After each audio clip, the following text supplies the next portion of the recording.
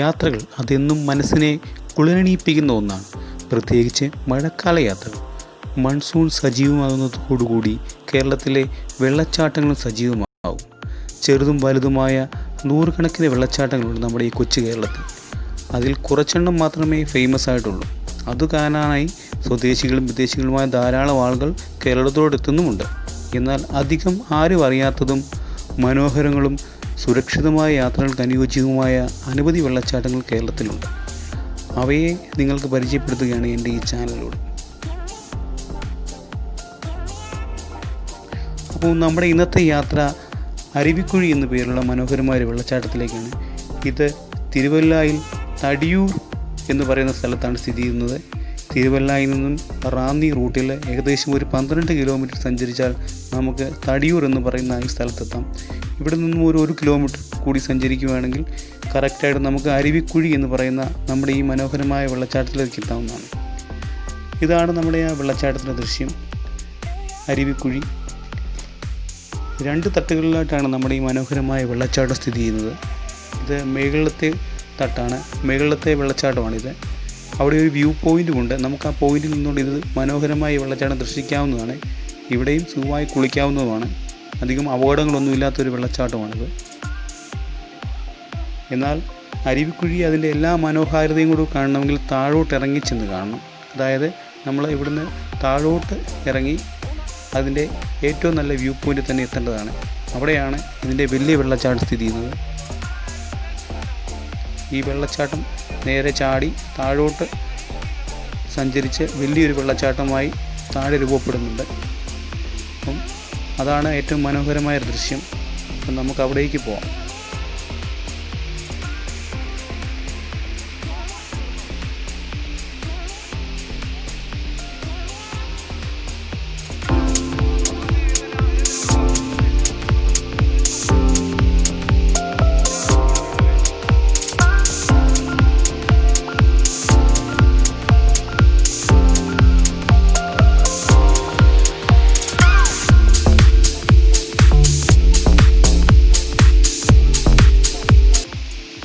ഇവിടെ നിന്ന് നോക്കിയാൽ നമുക്ക് കാണാവുന്നതാണ് താഴെ ഒരു അരുവി പോലെ രൂപപ്പെട്ടിട്ടുണ്ട് ഈ വെള്ളച്ചാട്ടം.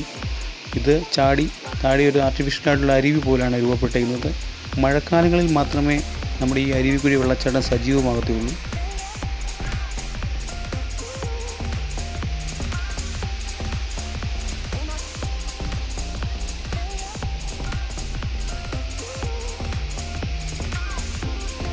പത്തനംതിട്ട, കോട്ടയം, ആലപ്പുഴ എന്നീ ജില്ലക്കാർക്ക് വളരെ എളുപ്പത്തിൽ ഇവിടെ എത്തിച്ചേരാവുന്നതാണ്. തിരുവല്ലയാണ് ഇവിടുത്തെ മെയിൻ ടൗൺ ഡെസ്റ്റിനേഷൻ. തിരുവല്ലയിൽ നിന്നും സഞ്ചരിച്ച് റാന്നി റൂട്ടിൽ സഞ്ചരിച്ചാൽ നമുക്ക് ഈ റൂട്ടിൽ എത്താവുന്നതാണ്. അധികം ആഴമില്ലാത്തൊരു വെള്ളക്കെട്ടാണ് ഇവിടെ. അതുകൊണ്ട് തന്നെ ധൈര്യമായി നമുക്കിവിടെ കുളിക്കാവുന്നതാണ്. മറ്റ് വെള്ളച്ചാട്ടങ്ങളിലെ പോലെ ഒഴുക്കോ വഴുവലോ ഇവിടെ ഇല്ലെന്നുള്ളതാണ് ഇതിൻ്റെ ഏറ്റവും വലിയ പ്രത്യേകത. അപ്പം നമുക്ക് താഴോട്ട് ഇറങ്ങി ഈ വഴിയിൽ കൂടിയാണ് താഴോട്ട് ഇറങ്ങുന്നത്.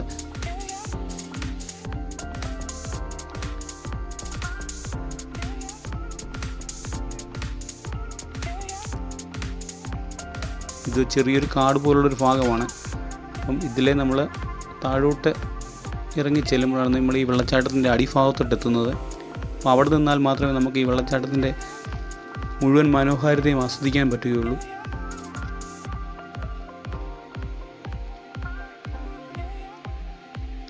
ഇവിടെ അനേകം വൃക്ഷങ്ങളും അതുപോലെ തന്നെ സസ്യലതാദികളും സ്ഥിതി ചെയ്യുന്ന സ്ഥലമാണിത്.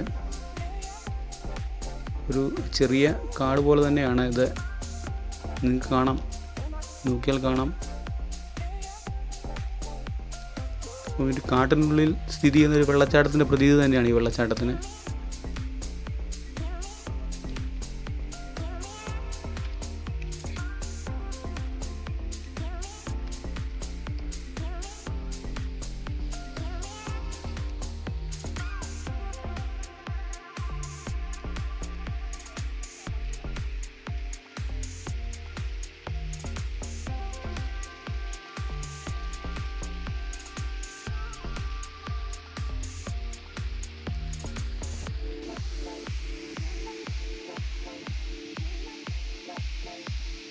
ഇതാണ് നമ്മുടെ അരുവിക്കുഴി വെള്ളച്ചാട്ടം.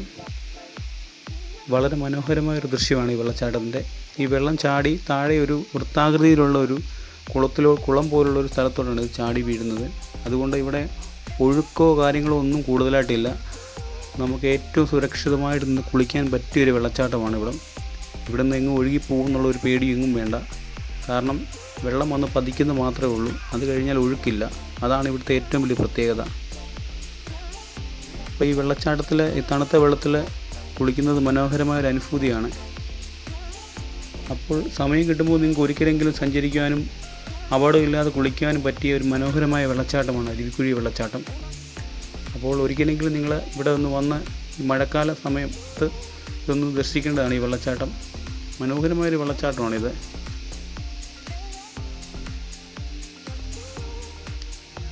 അപ്പോൾ ഇന്നത്തെ എൻ്റെ ഈ വീഡിയോ ഇഷ്ടമായെങ്കിൽ എൻ്റെ ഈ ചാനൽ ഒന്ന് സബ്സ്ക്രൈബ് ചെയ്യുക, എൻ്റെ ഈ വീഡിയോ ഒന്ന് ഷെയർ ചെയ്യുക.